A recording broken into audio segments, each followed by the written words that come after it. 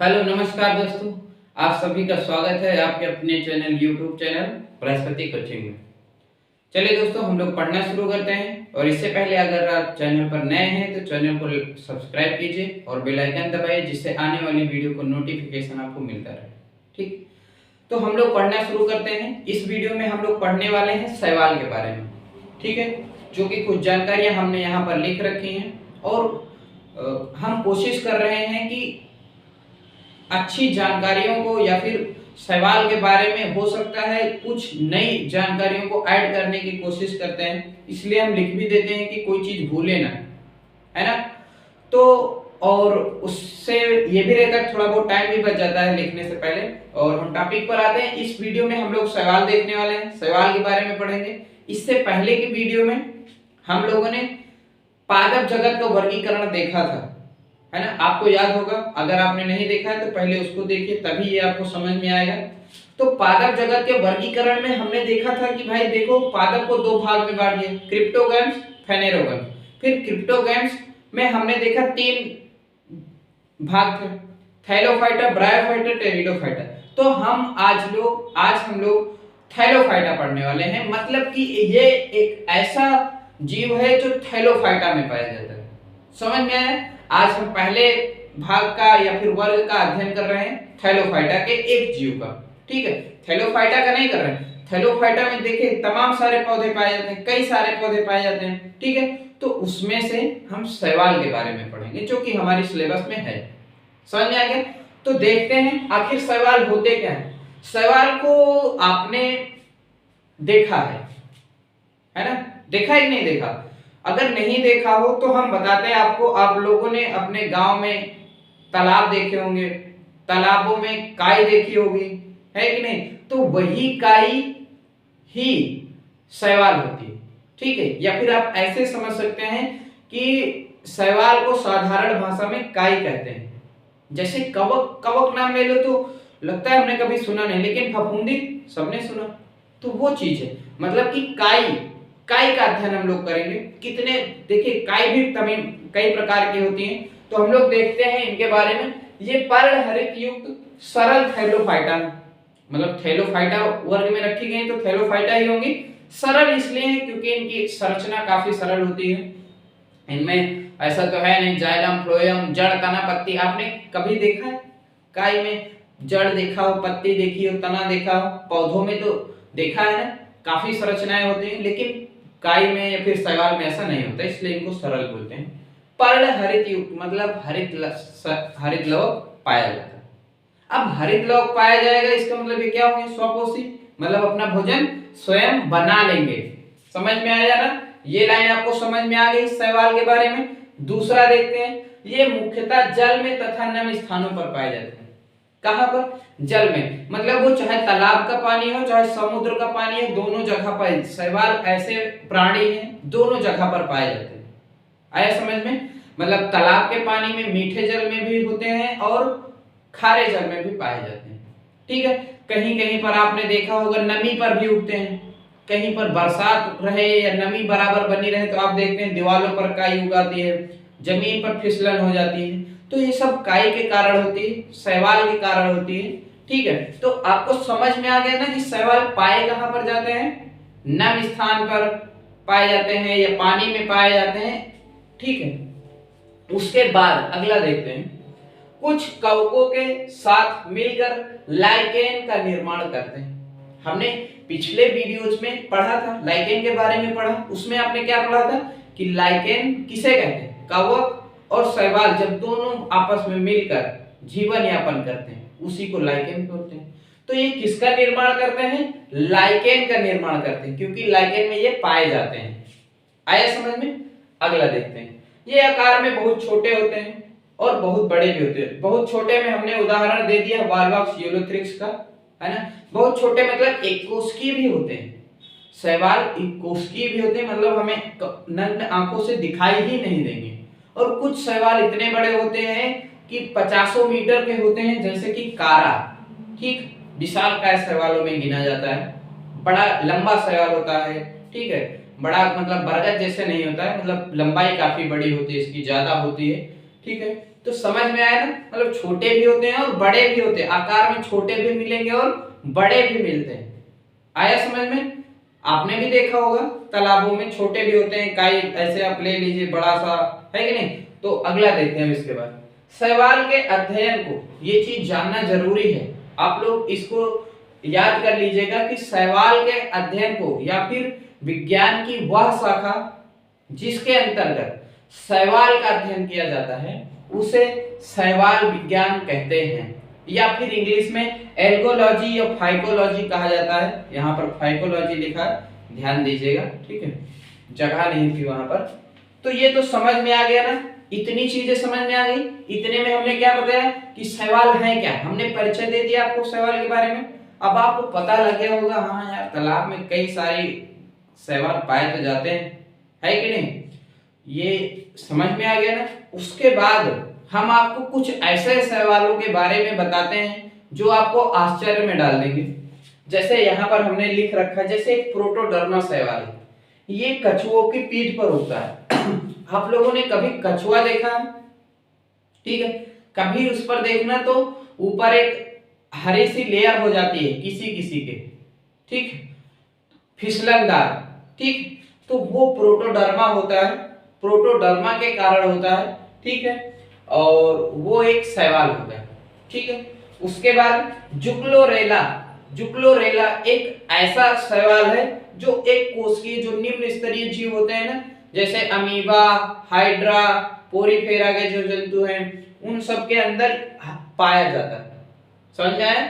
मतलब जुक्लोरेला, हाइड्रा के अंदर। आपने स्लाथ वो सुना है, स्लाथ का नाम, सबसे सुस्त प्राणी, उसके बालों में भी ये पाए जाते हैं, समझ में आया? बालों में भी शैवाल पाए जाते हैं। अभी देखना वो क्योंकि बहुत सुस्त होता है, उसमें नमी के कारण ये उत्पन्न हो जाते हैं, स्लाथ में भी, ठीक, एक जीव का नाम है स्लाथ, वो सबसे सुस्त जीवों में गिना जाता है, मतलब दुनिया में, समझ में आया? तो ये जुक्लोरेला समझ में आया, हाइड्रा के अंदर पाया जाता है। सिफेलोरोस, सिफेलोरोस परजीवी शैवाल, आपने अभी तक पढ़ा होगा, या आपने, हमें तो लगता है शायद ही आपने ऐसा पढ़ा हो कि शैवाल भी परजीवी होते हैं। हमेशा पढ़ा शैवाल स्वपोषी स्वपोषी स्वपोषी अपना पोषण बनाते, लेकिन सिफेलोरोस एक ऐसा शैवाल है जो परजीवी होता है। किस पर होता है? आपने चाय का नाम सुना होगा, कॉफी सुनी होगी, उसकी जो उनकी पौधों की जो पत्तियां होती हैं उन पर परजीवी के रूप में होता है, मतलब पत्तियों से पोषण प्राप्त करता है, समझ में आया? तो एक ऐसी जानकारी आपके हाथ लगी होगी जो शायद आपको किताबों में भी शायद जल्दी नहीं मिलेगी, है ना, या फिर आपने नहीं पढ़ा होगा इससे पहले, समझ में आया? उसके बाद आपने लाल सागर का नाम सुना होगा, ठीक है, लाल सागर का रंग लाल क्यों होता है, समझ में आया? उसमें क्योंकि शैवाल पाए जाते हैं, और जिस शैवाल के कारण लाल सागर का रंग लाल होता है वो है हमारा ट्राइकोडेस्मियम, समझ में आया? लाल सागर का रंग लाल किसके कारण होता है? ट्राइकोडेस्मियम इरिथ्रियम भी बोलते हैं, इसकी कई प्रजातियां होती हैं, हालांकि आप इसे बताएंगे चलेगा, अच्छा सही है, समझ में आया? तो हमने अभी तक क्या देख लिया? हमने शैवाल के बारे में देख लिया कि परिचय देख लिया, कहाँ पाए जाते हैं, क्या होते हैं, पौधे होते हैं, ठीक है, एक कोष की भी होते हैं, बहुकोष की भी होते हैं, नमी में, पानी में और पत्थर पे, ऐसी जगहों पर पाए जाते हैं, ठीक है। हमने कुछ ऐसे शैवाल भी देखे हैं जो जंतुओं के अंदर पाए जाते हैं, परजीवी होते हैं, हमने शैवाल विज्ञान को पढ़ा, ठीक है। अब हम लोग देखते हैं कि शैवाल जनन कैसे करते हैं, अपनी संख्या को कैसे बढ़ाते हैं, चलिए हम लोग उसे देख लेते हैं। चलिए अब हम लोग देखते हैं शैवालों में जनन, ठीक है, यहाँ पर लाइट पड़ रही है, दिख नहीं रहा होगा, ये यहाँ पर शैवाल लिखा हुआ है, ठीक है। शैवालों में जनन, देखिए जो शैवाल होते हैं उसमें 3 प्रकार से प्रमुख रूप से जनन पाया जाता है, वो अपनी संख्या 3 प्रकार से बढ़ाते हैं, कैसे? देखिए कायिक जनन, अलैंगिक जनन और लैंगिक, मतलब तीनों प्रकार का जनन इनमें पाया जाता है, 3 ही प्रकार का जनन होता है, ठीक है। दुनिया में जितने भी जीव जंतु होते हैं या तो कायिक जनन पाया जाएगा या अलैंगिक या फिर लैंगिक, समझ में आया?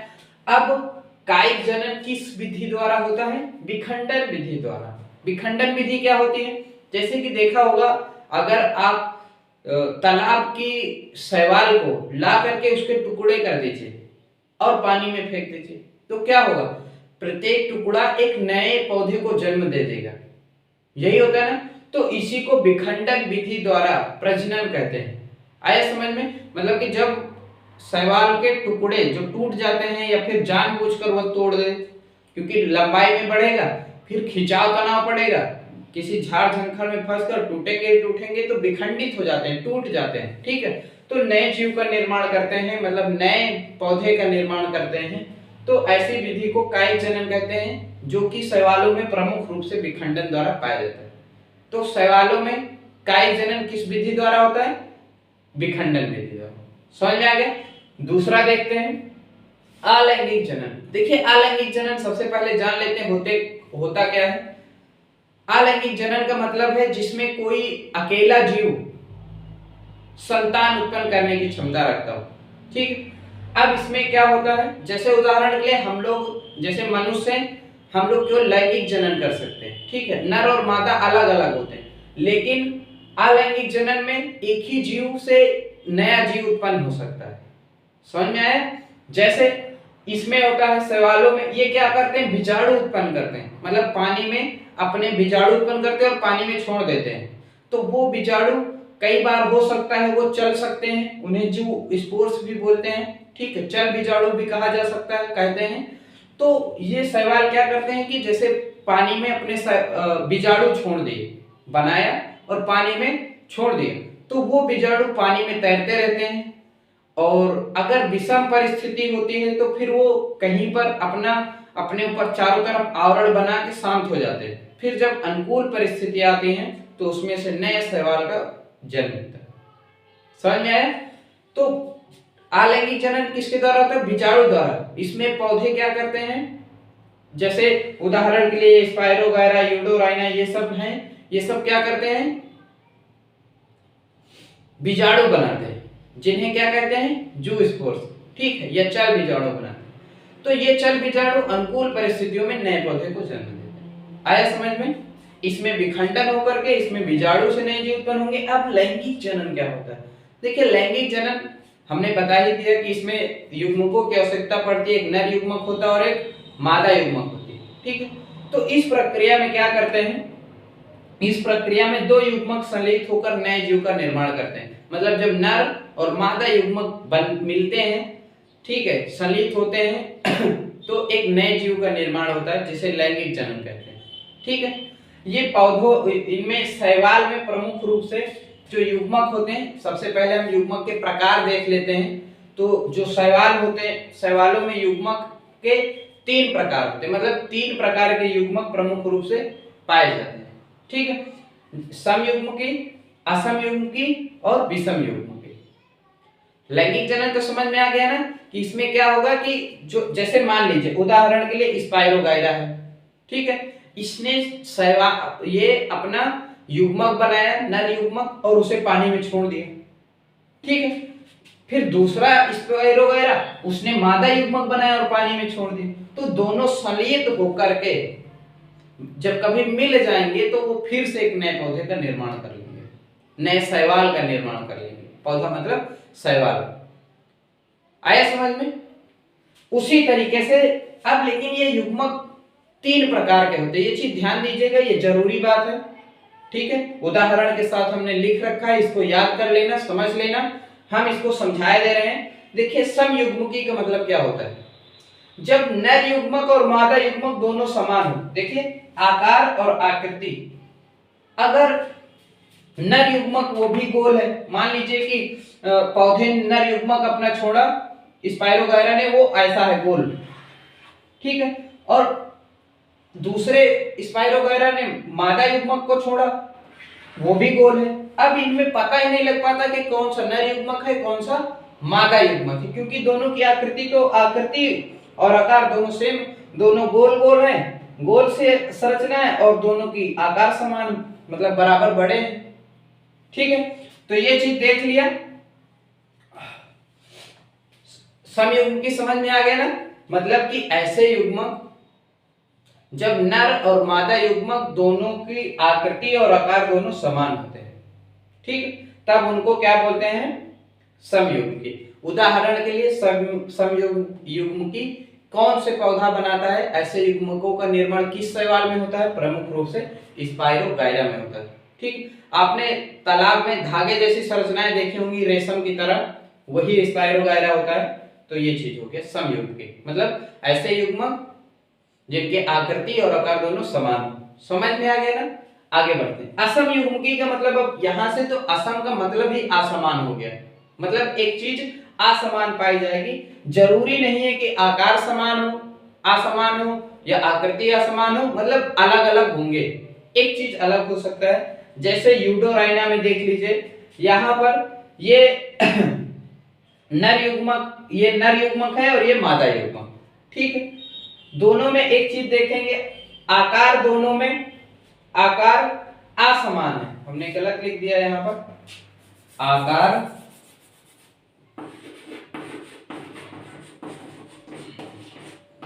असमान है। आकार दोनों का असमान है, छोटे बड़े हैं, है कि नहीं है? लेकिन आकृति दोनों की क्या है? समान है। आकृति दोनों की समान है। तो ऐसे युग्मक, मान लीजिए दो युग्मक हैं आपके पास और उसमें से आकृति समान है लेकिन आकार भिन्न है, तो क्या ऐसे युग्मक को आप क्या कहेंगे? असम युग्मकी। समझ में आ गया? ये किस प्रकार, किस शैवाल में बनते हैं? यूडोराइना में। उदाहरण के लिए यूडोराइना एक ऐसा शैवाल है जिसमें असम युग्मकों का निर्माण होता है। समझ में आया? इसके बाद हम देखते हैं विषम युग्मकी। विषम युग्मकी का मतलब इसमें ना आकृति समान होगी और ना ही आकार समान होगा। यहाँ पर आप देख सकते हैं ये नर युग्मक है और ये मादा युग्मक है। ज्यादातर ऐसा होता है कि नर युग्मक में पूंछ पाई जाती है। ठीक है, जैसे आपने छोटे गड्ढों में मेढक देखे होंगे ना, पूंछ जिनमें होती है, छोटे छोटे मछली जैसे दिखते हैं, वैसे होते हैं। ठीक है, ज्यादातर नर युग्मक वैसे होते हैं, मतलब टाइडपोल उसको बोलते हैं। और मादा युग्मक ऐसे होती है, गोल संरचना में लगभग। ठीक है, जैसे उदाहरण के लिए वॉल्वॉक्स और फ्यूकस। तो समझ में आया आपको? अभी इसमें हमने क्या बताया? इसमें हम लोगों ने पढ़ा या आपने पढ़ा, हमने पढ़ा कि भाई देखिए, जो शैवाल होते हैं तीन प्रकार का जनन होता है, कायिक विखंडन द्वारा, अलैंगिक जनन बीजाणुओं द्वारा, और लैंगिक जनन युग्मकों द्वारा। अब आपसे अगर पूछ लिया जाए कि युग्मक कितने प्रकार के होते हैं? तीन प्रकार के, समयुग्मकी, असमयुग्मकी और विषम युग्मकी। ठीक है, और हमने सभी का उदाहरण भी बता दिया, आपको इसे ध्यान में रखना है। ठीक है, तो अभी हम लोगों ने शैवाल में पाए कहाँ जाते हैं, ठीक है, और जनन कैसे करते हैं, इत्यादि सारी चीजें देख ली हैं। तो अब हम लोग मिलेंगे नेक्स्ट वीडियो में। नेक्स्ट वीडियो में हम लोग पढ़ने वाले हैं शैवाल का आर्थिक महत्व, आखिर किस तरीके से हमारे लिए शैवाल उपयोगी है। ठीक है, तो आपको ये सब चीजें समझ में आई होंगी। ठीक है, और पढ़ने में भी अच्छा लगा होगा। ठीक है, तो हम लोग मिलते हैं नेक्स्ट वीडियो में। वीडियो देखने के लिए थैंक यू, और चैनल को पर अगर आप नए हैं तो इसको सब्सक्राइब कर सकते हैं, बेल आइकन दबा सकते हैं। Thank you.